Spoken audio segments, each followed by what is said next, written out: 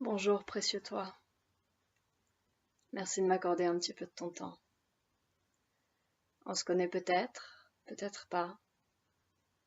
Mon prénom c'est Anna, mais ça n'a pas une grande importance parce que je n'ai pas l'intention de te parler de moi dans cette vidéo, mais de Violeka.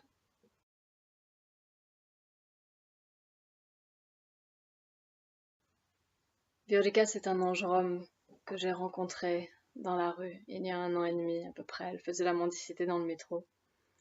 Et je suis passée devant elle, il y avait une telle dignité qui se dégageait de cette femme, une telle humilité en même temps. Euh, Elle était juste, simplement, profondément présente. Elle n'avait pas un mot pour les passants, pas une demande, pas une interpellation. Elle était là. Je suis passée devant elle, j'avais des choses à faire, j'étais un petit peu pressée. Je me suis dit, bon, il y a quelque chose, mais je reviendrai demain, là j'ai vraiment pas le temps. Euh, Probablement qu'elle est là tous les matins, je la retrouverai. J'ai fait encore quelques mètres et puis mon cœur m'a arrêté. Il m'a dit non, non, non, elle est là maintenant. Tout ce que tu as à faire peut t'attendre. Elle, non. C'est maintenant que tu dois la rencontrer. Alors j'ai souri et j'ai fait demi-tour. Je suis allée m'asseoir près d'elle. Elle avait son petit bonhomme de 3 mois, Rahila, dans les bras.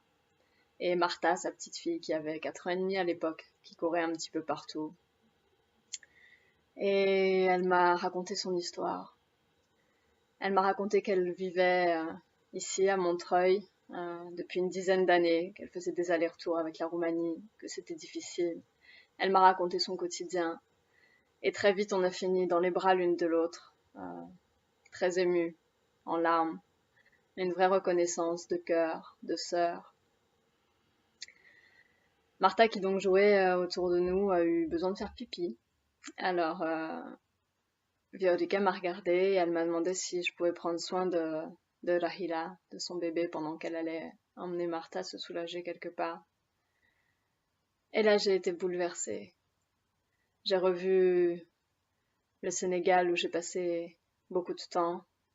J'ai revu cette simplicité entre femmes, ces rencontres où on se fait confiance naturellement parce qu'on voit le cœur de l'autre et que dans le cœur de l'autre on reconnaît son propre cœur.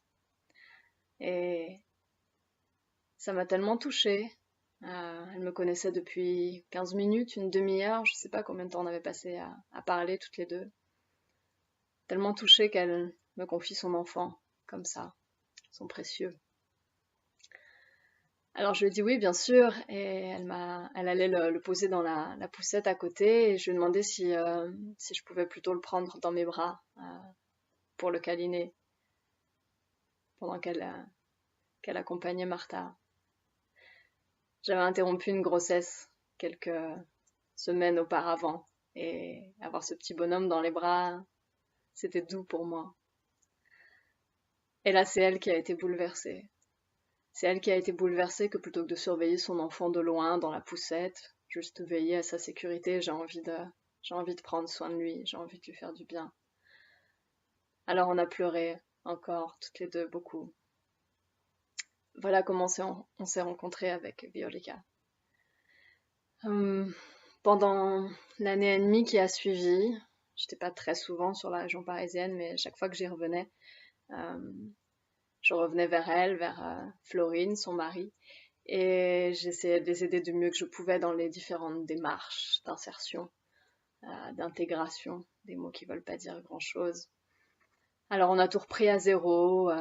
D'abord la recherche d'un domicile, d'une domiciliation, parce qu'ils étaient hébergés dans un espèce de grand hangar désaffecté, un vieux garage avec entre 60 et 80 autres personnes, des familles avec enfants.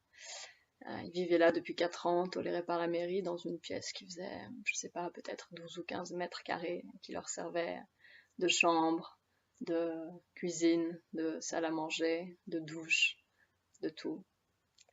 Euh, Sauf que c'était pas une adresse officielle, donc pour pouvoir mettre en route toutes les autres démarches administratives, essayer d'obtenir pour eux le RSA pour qu'ils aient un minimum de revenus décents pour vivre, il fallait une domiciliation fixe. Donc voilà, on s'est lancé dans toutes ces démarches. Je me souviendrai toujours du jour où je les ai accompagnés pour se réinscrire à Pôle emploi et où ils étaient pleins d'espoir. Ils pensaient vraiment rentrer là et ressortir avec un travail. J'ai eu à la fois quelque chose d'amusé devant leur innocence et profondément mal ce jour-là parce que j'ai réalisé que j'essayais voilà, de faire toutes ces démarches d'insertion, d'intégration avec lesquelles je suis pas forcément moi, plus forcément très en résonance et, et que j'essayais de les faire rentrer dans ce système et que moi je savais pertinemment qu'en sortant de Pôle emploi, ils n'auraient pas un emploi et que leur quotidien ne changerait pas comme ça. Et effectivement, tout ce qu'on a gagné, c'est le droit de revenir dans 3 mois, voir un conseiller qui verrait ensuite ce qu'ils pourraient faire. Et eux, ils ont juste pas de quoi vivre au quotidien.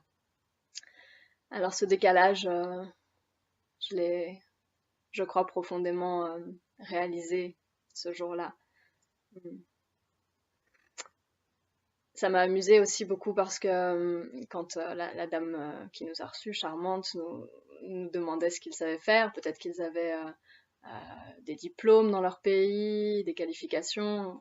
Ils n'ont jamais été à l'école, ni l'un ni l'autre, ils ne sont pas alphabétisés. Et Florine a eu un sourire jusqu'aux oreilles, il a dit moi je sais traire les vaches.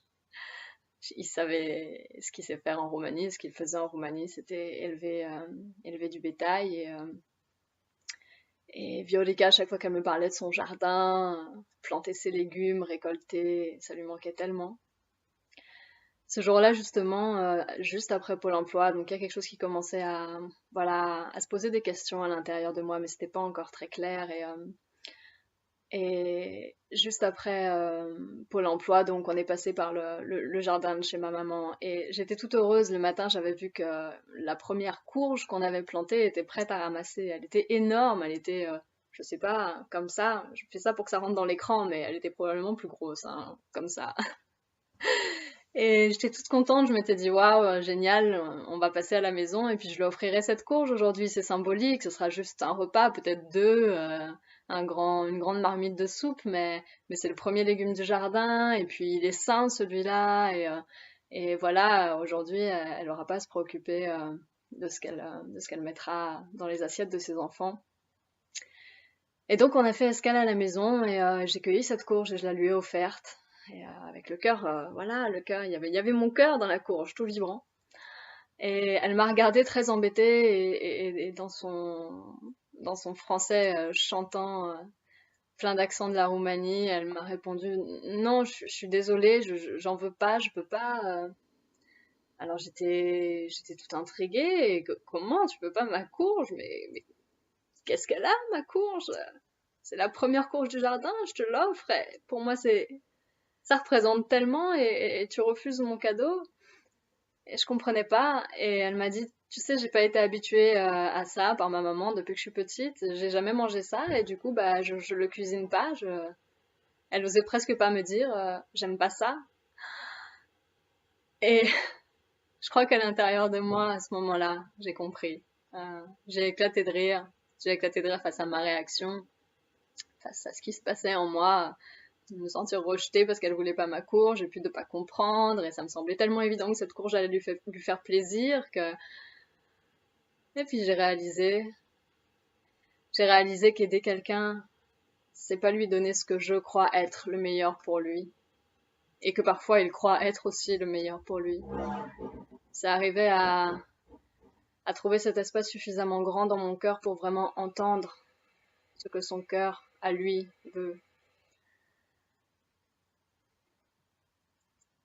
C'est l'aider avec ce dont il a vraiment besoin, ce qu'il me demande vraiment, même si parfois les mots disent le contraire. Alors ce jour-là, on a pris le chemin juste après, voilà, d'une énième démarche administrative à la mairie, et puis au milieu de la rue, c'était au début du mois de juillet, et j'ai regardé Violetta, je l'ai prise par la main, et je lui ai dit, on s'assoit un moment. Donc on s'est assise au milieu du trottoir, en pleine rue, et il faisait beau, il y avait plein de soleil. Et je lui ai dit, Violetta, je sais pas si on va vraiment dans le bon sens, et j'aimerais entendre ton cœur, j'aimerais savoir ce que tu veux vraiment. Et là, c'est merveilleux ce qui s'est passé. Elle a fondu en larmes, elle a pleuré. Elle a pleuré toutes les violences de son quotidien, toutes les duretés, les difficultés, la fatigue, l'épuisement. On avait appris quelques jours auparavant que ce fameux grand garage dans lequel ils étaient donc euh, ouais, tolérés par la mairie depuis 4 ans, allait être démoli début septembre pour construire un monastère à la place. Et, et quand elle avait appris ça, c'était panique à bord. Qu'est-ce qu'on va faire? C'était la peur, la fatigue, l'incompréhension, une profonde lassitude. Où est-ce qu'on va aller avec les enfants?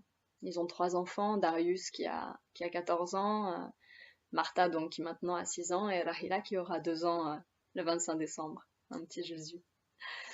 Et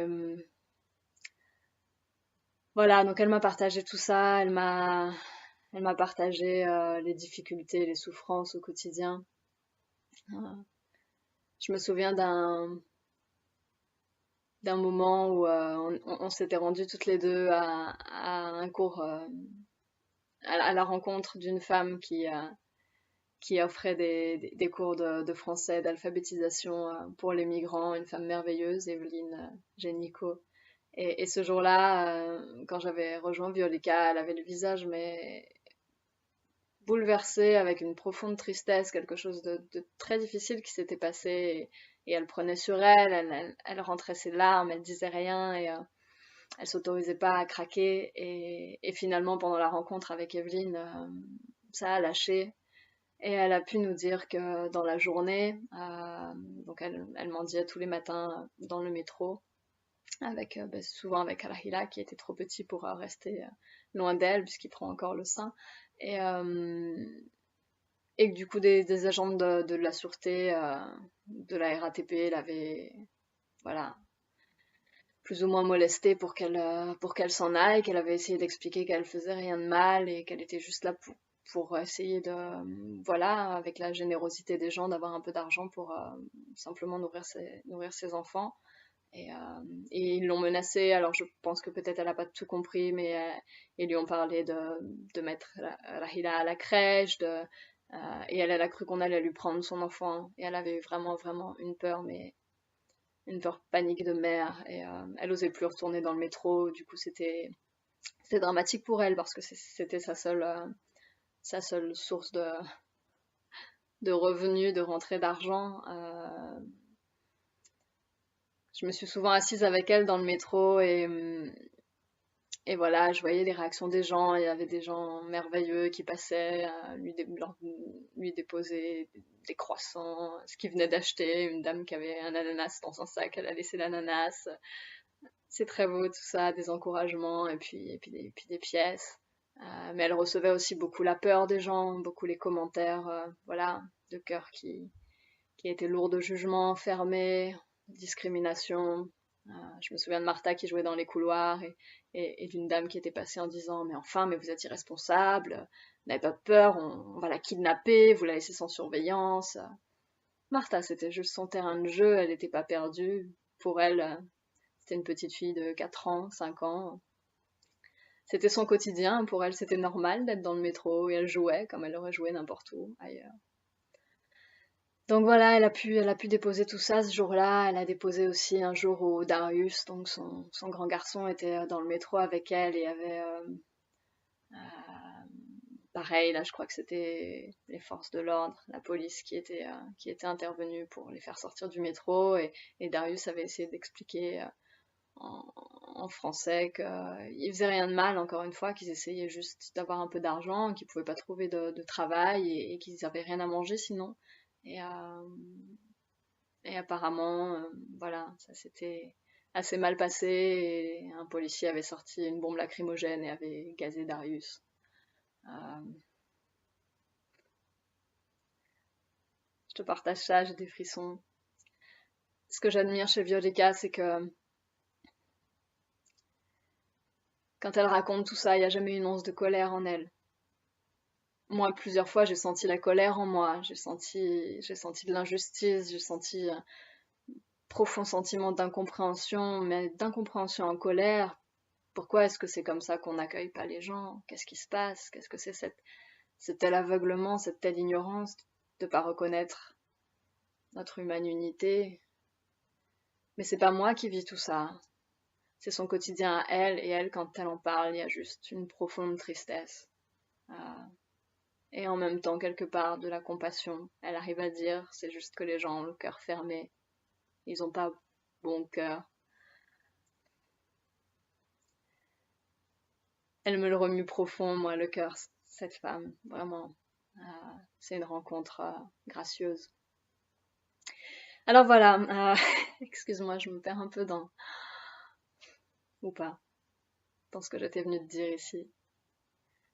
C'est ma seule façon de te partager notre histoire, ce qu'elle vit et le pourquoi j'ai besoin de toi, le pourquoi dont on a besoin de toi, pourquoi nous avons besoin de toi profondément aujourd'hui.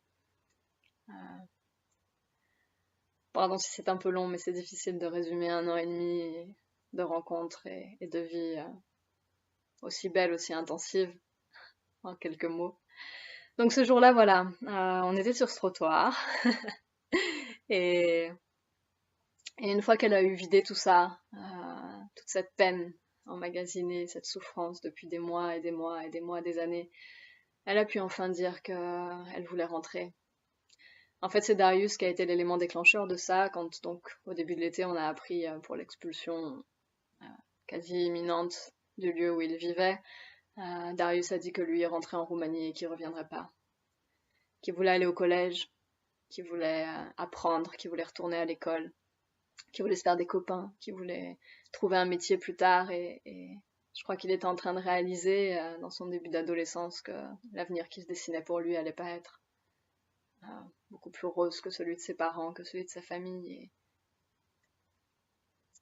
et ça devait le faire profondément souffrir aussi.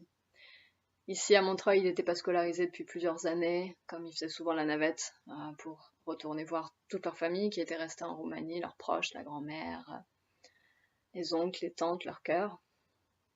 Il a raté une rentrée scolaire, certainement une année, donc voilà, il a décroché du système, son niveau, ou plutôt le système l'a décroché. Son niveau de français est pas suffisamment bon pour suivre de toute façon un programme de 5e, j'imagine, donc il aurait fallu un suivi avec une assistante sociale pour qu'il intègre une classe d'intégration, justement. Tout ça, ça n'a pas été fait. Donc ça faisait 2 ans, 3 ans qu'il n'était pas à l'école, qu'il traînait toute la journée dans ce hangar avec des copains.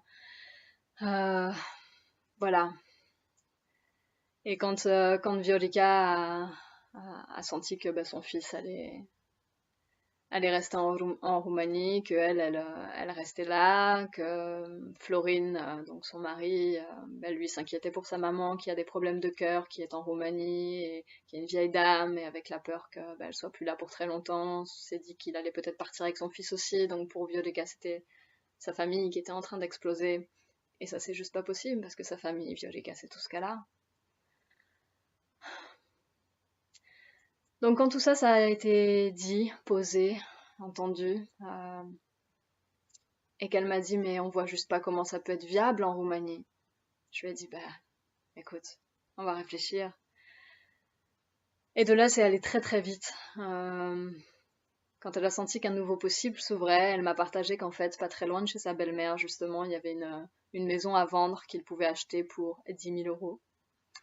Donc quand elle m'a dit une maison à 10 000 euros, je me suis dit on va se débrouiller pour les trouver. Et puis c'était pour eux déjà énorme d'avoir juste un toit sûr, un toit qui leur serait pas enlevé, mais très vite il y a des charges, même s'ils vivent avec pas grand-chose, il faut manger, il y a des frais d'eau, d'électricité, de chauffage l'hiver, la scolarisation des enfants, les vêtements. Donc il fallait trouver une activité. Et de là c'est revenu, Florine avec son grand sourire, moi je sais traire les vaches.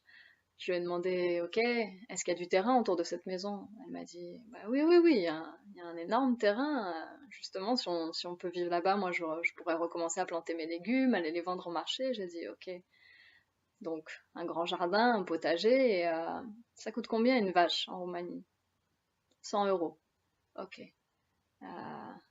Non, une vache, 300 euros, pardon. Euh, et une chèvre, 20 euros. Ok.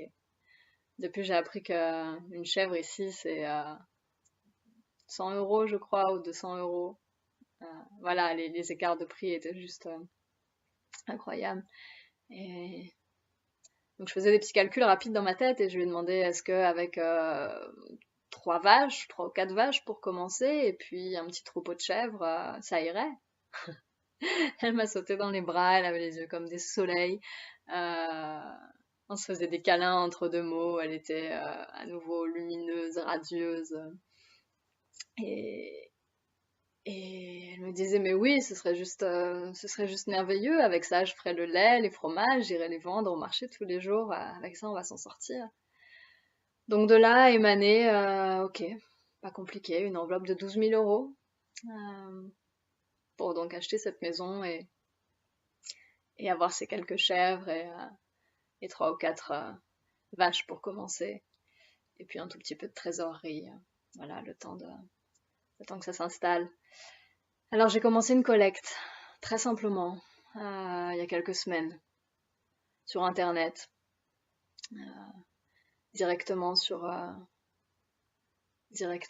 le blog sur lequel j'écris depuis quelques mois, www.mesoilibre.com. Le lien sera à la fin de cette petite vidéo, qui commence à plus être petite du tout d'ailleurs. Je te remercie de ta patience, je te remercie d'être toujours là. Voilà, et puis il y a plein de choses qui se sont manifestées. Quand il faisait beau, il y a 15 jours, j'ai vendu des gâteaux dans la rue. Je fais fréquemment un vide-garage avec plein d'objets que j'ai remis en circulation. J'offre des relaxations profondes, des méditations guidées, des séances aussi de projection consciente, des films qui réveillent l'âme un peu, qui font du bien, qui parlent au cœur, et avec un partage après. Et puis j'anime aussi un cercle de femmes, tout en douceur. Voilà, et tout ce qui se récolte par tous ces mots, par tous ces différents moyens, ces différentes idées qui me sont venues, et ben ça va directement dans l'enveloppe pour Biolica. On a déjà plus de 4500 euros qui ont été collectés, généreusement donnés aussi, donc sur la collecte, la moisson du cœur en ligne sur le blog, et puis toutes ces différentes initiatives, toutes ces différentes rencontres. Voilà, donc j'ai profondément besoin de toi.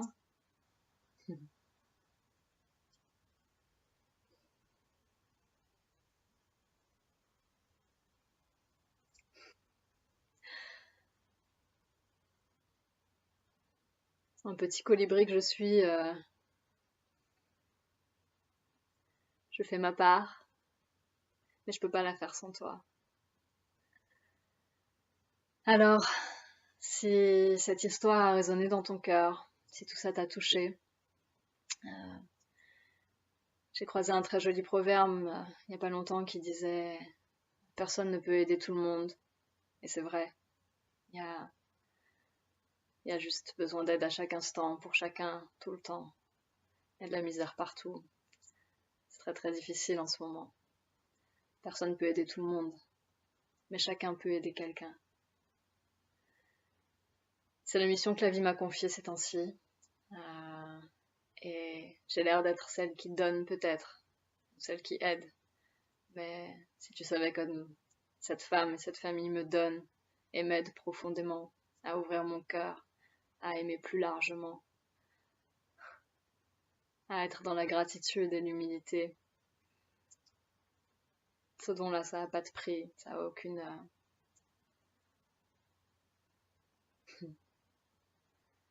aucune contrepartie possible, alors ce que je fais pour eux, c'est vraiment tout petit.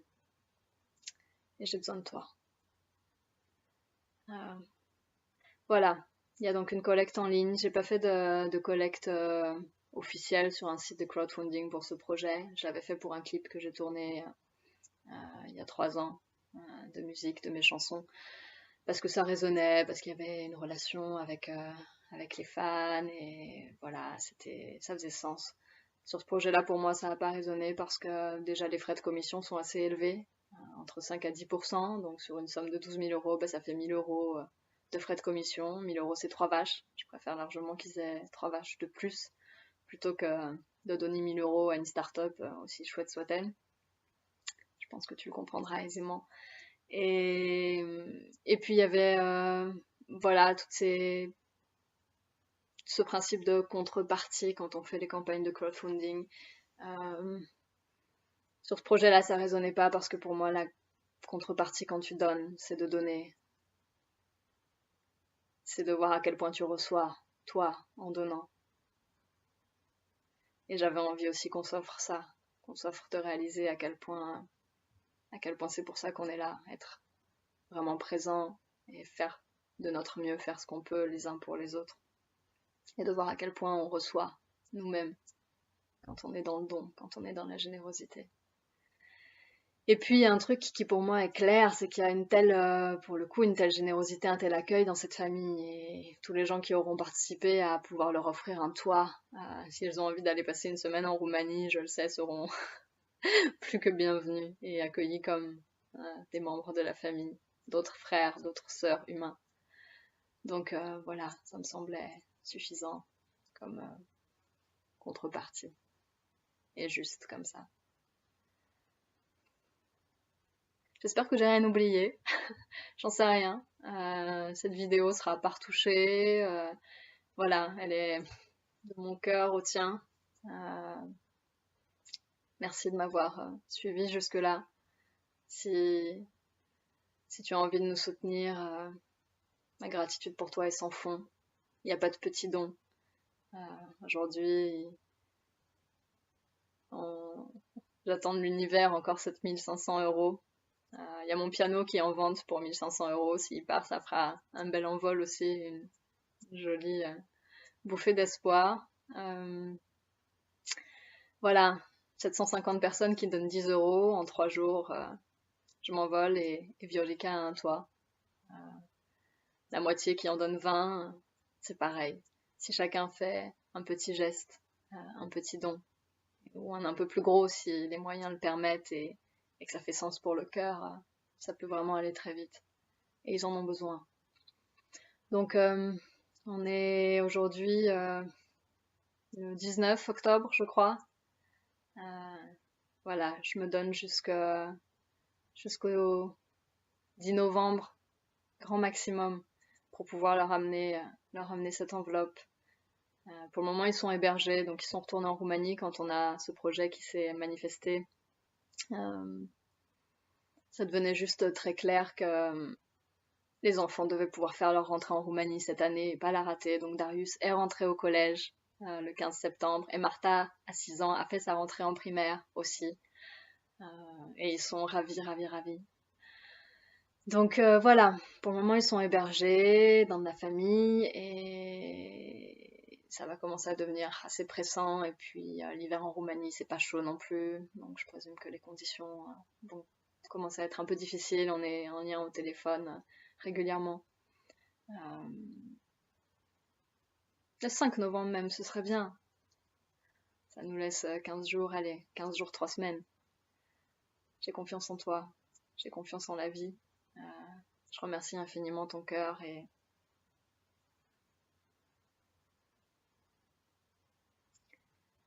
puisse-t-il être au seul endroit où il fait du bien au monde. Ton cœur, là, sur la main. Infini merci. Prends bien soin de toi et sois béni.